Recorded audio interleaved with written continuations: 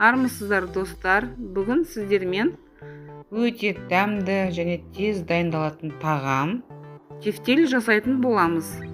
Видео басталмас бұрын менің каналыма тіркеліп, лайк басуды ұмытпаңыздар.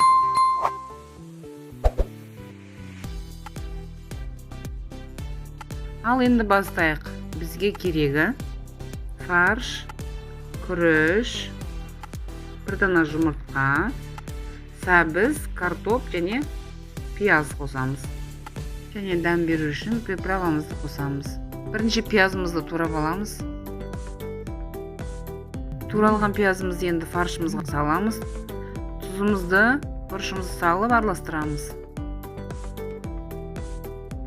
Енді сәбізімізді үкіштің майда жағымен өткізіп, фаршқа қосатын боламыз. Енді азырақ тұзымызды салып, жуылған күрішімізді саламыз. Және оны жақсылап араластырып, жұмыртқамызды салып, оның үстіне қажетті тұзымызды, бұрышымызды салып, жақсылап араластырып, бетін жауып қойып қоямыз. Енді тағы бір сәбізімізді үкіштен өткізіп, подливіне дайындаймыз. Енді қызып тұрған майымызға пиязымызды салып, қуырамыз. Және оның үстіне сәбізімізді салып, қажетті тұзымызды, бұрышымызды саламыз.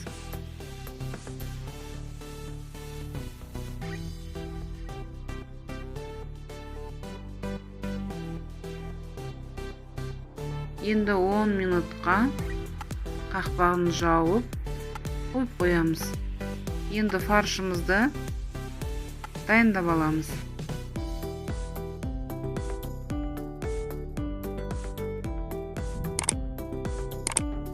Енді табағдағы сәбізіміздің үстіне бір-бірлеп қойып шығамыз.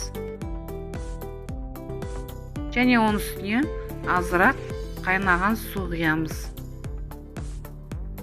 Енді бетін жауып, картопымызды дайындап аламыз. Тұз бен бұрыш салып, приправамызды салып, қазанға салатын боламыз. Міне енді картопымызды салып, 20-25 минутқа бетін жауып қоямыз. Мінекей біздің тефтеліміз дайын болды. Бетіне аскөктермен әсемдеп дастарханға қоямыз. Өте дәмді шықты. Астарыңыз дәмді болсын.